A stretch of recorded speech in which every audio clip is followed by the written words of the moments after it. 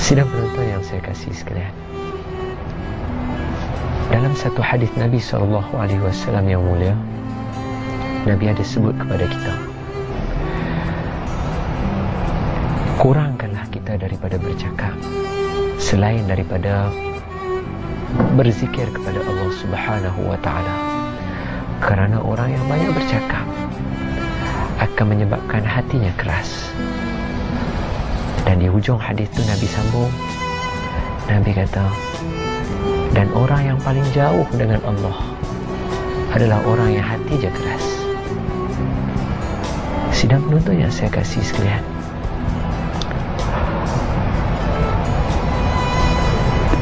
dalam kehidupan kita, kita sebagai seorang ibu, ayah, bos, majikan, pekerja, rakan sekerja, kita tak lari daripada bercakap.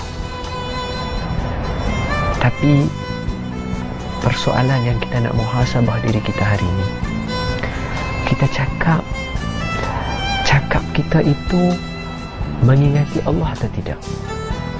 Bukan kita kena berzikir 24 jam. Kalau boleh buat begitu, bagus, Alhamdulillah. Tapi kita manusia biasa, kita kena sedar kita manusia biasa, kita tak boleh buat begitu. Jadi apa yang kita boleh buat ialah kita cakap seperti biasa. Tapi macam mana percakapan biasa kita itu nak dijadikan zikir mengingati Allah Subhanahu wa ta'ala? Contoh yang mudah saya boleh bawa, kita berbual, kita bersembang, ada tak sering-sering kali kita mengaitkan perbualan kita dengan Allah Subhanahu wa ta'ala? Kita mengatakan, Alhamdulillah kita berjaya buat, syukur Allah yang memudahkan segala urusan. Masya Allah. Itu adalah salah satu kalimah zikir.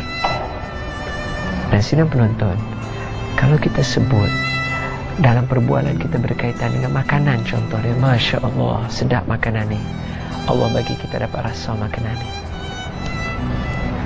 Tapi persoalan saya hari ini nak muhasabah kita. Hari ini bila kita cakap dengan kawan, kita cakap dengan majikan, kita cakap dengan rakan sekerja, kita cakap dengan ibu bapa kita selit tak perkara-perkara yang boleh menyebabkan kita mengingati Allah Subhanahu wa ta'ala?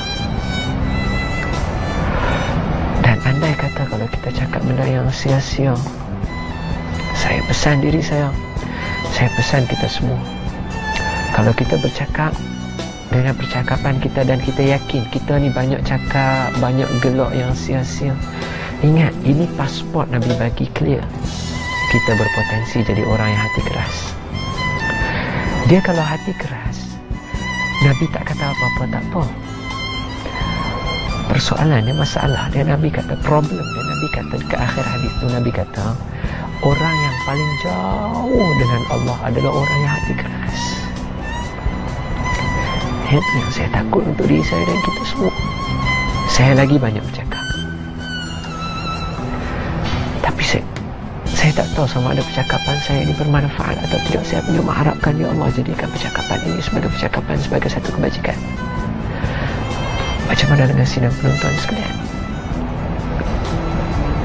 Cakap kita lontarkan, kita sampaikan, mesti kena.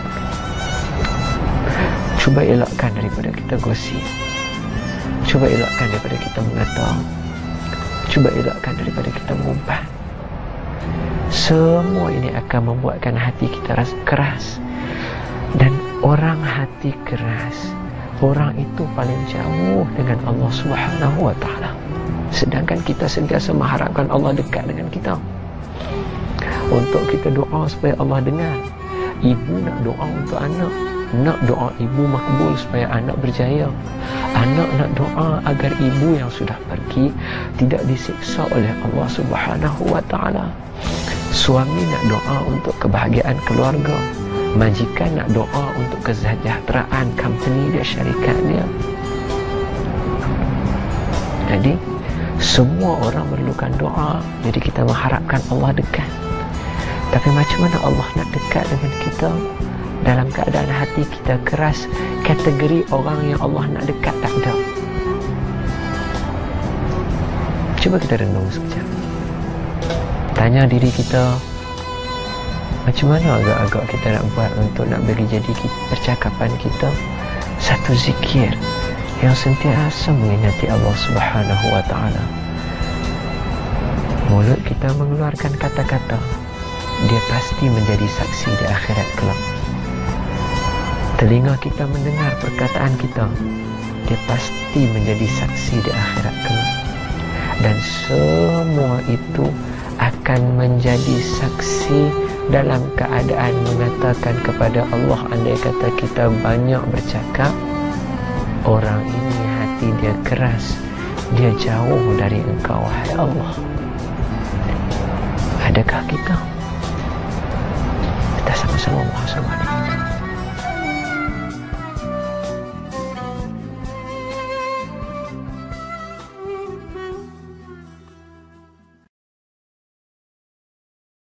Assalamualaikum warahmatullahi wabarakatuh.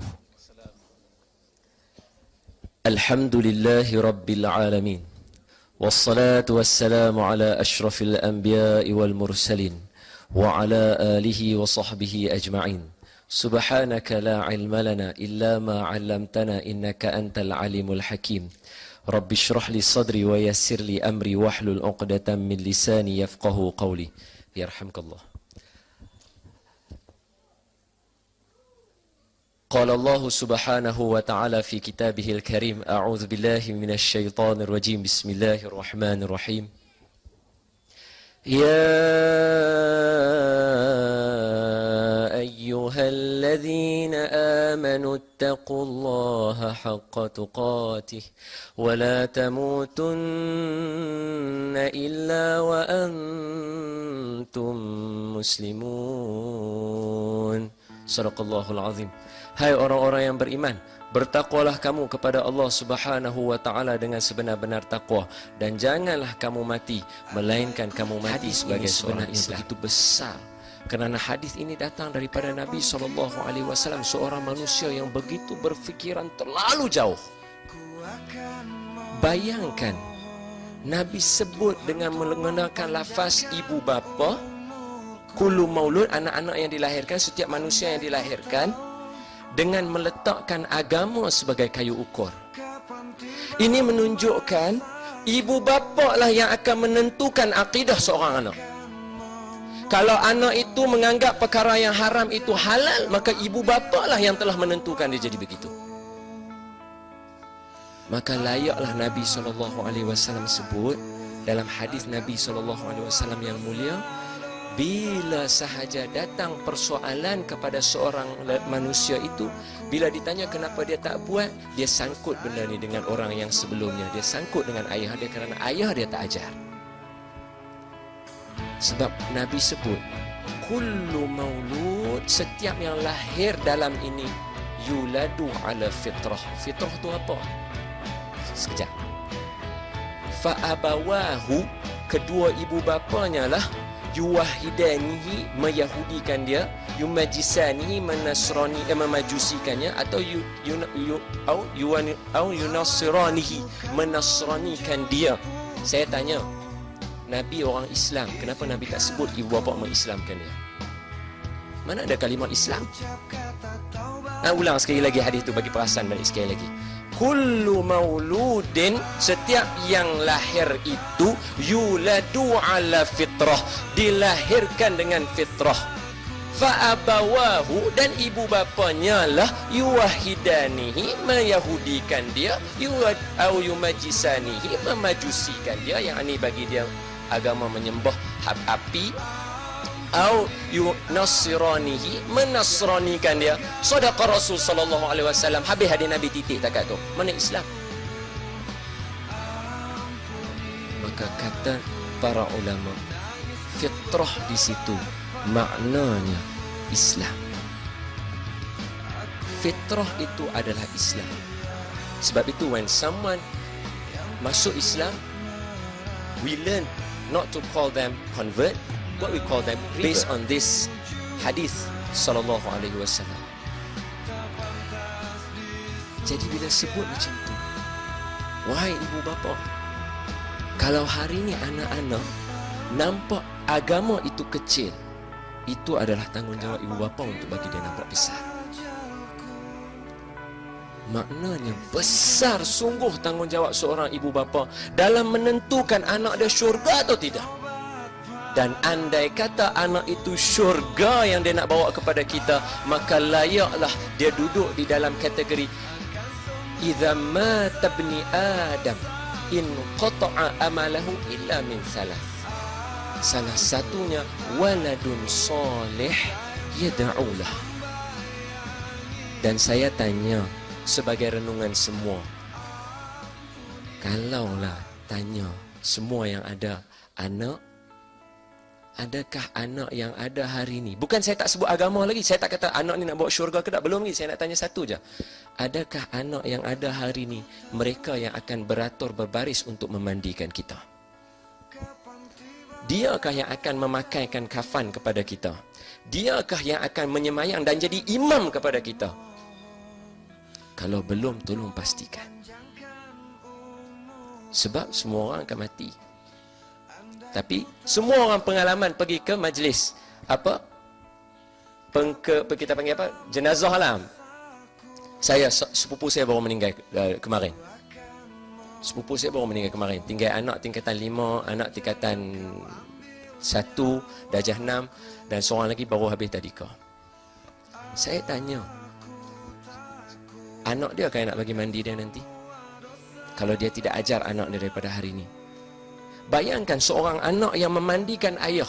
Orang lah dia tak kira yang nak bagi mandi jenazah. Dia bagi mandi je, bukan ahli keluarga dia. Ayah tu dia sumbat dalam hidung pun mana siapa nak tahu. Dia bagi mandi, dia korek telinga ikut dan dia buat lagu tu, hidung dia pusing buat 360 darjah, memang dia kira. Tapi kalau yang buat tu anak, macam mana dia sapu badan ayah dia? Macam mana dia sapu badan mak dia? Andai kata badan mak dengan ayah dia ada aib, kalau orang lain dia bukan kira, 2 tahun larat lah dia tak cerita ke orang, masuk 3 tahun, ingat lagi dah arwah 3 tahun tu kita bagi mandi. Allahu Akbar.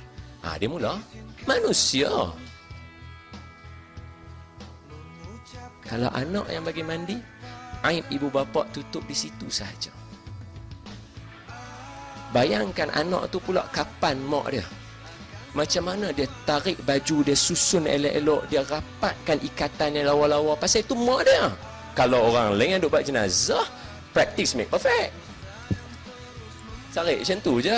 Kain kafan tu dia pegang macam nak buat kain cadar lah. Bukan kira nak salahkan dia. Tak boleh, tu bukan keluarga dia. Kita minta tolong dia. Tapi kalau anak pun, bayang pula anak jadi imam semayang. Takbir dia 4 rakaat tu, dia yang kat masjid. Saya abang serius, semua orang pengalaman benda ni. Pipi nak semayang, tutup imam dia tak kira dah orang beratur ke tak, walaupun adab ni sepatutnya dia kata kena abang ni jenazah lelaki perempuan duduk lah apa semua kena ada berbaris, dia tunggu semua clear, dia tak, dia kira lepas ni ada jenazah lain lagi dia nak pergi, lepas ni dia ada. Kalau anak dia yang duduk, bila dia pegang dia tanya apa semua pandang dengan ayah saya. Kalau orang lain dia kata apa kamu pandang dengan ini mayat. Kalau anak pegang, apa tuan-tuan pandang dengan ayah saya? Orang ambil remeh benda ni sebab orang kata ada orang tolong buat. Tapi saya tanya, kalau anak tu jadi imam, masa dia angkat tangan, dia doa kat mak dia, kita semua yang kat belakang jenazah tu amin amin, agak-agak anak tu nak doa berapa lama, saya tanya? Ayat mata bercerau, nangis, tolonglah letak ayah. Takkanlah anak dalam keadaan macam tu Allah nak tolak doa dia? Mustahil. Mustahil. Allah yang maha pemurah lagi maha mengasihani dia nak tolak doa macam tu. Tapi saya tanya, kita yang ada dalam ni, yang ada dalam rumah kita lah ni, depa kan yang nak bagi mandi kita? Ada nampak gaya tu ada tak dia nak bagi mandi kita? Ataupun dia terus call orang ni, ayah aku dah selesai dah ni, aku duk taram dia punya Ferrari dia ni, aku punya peluang.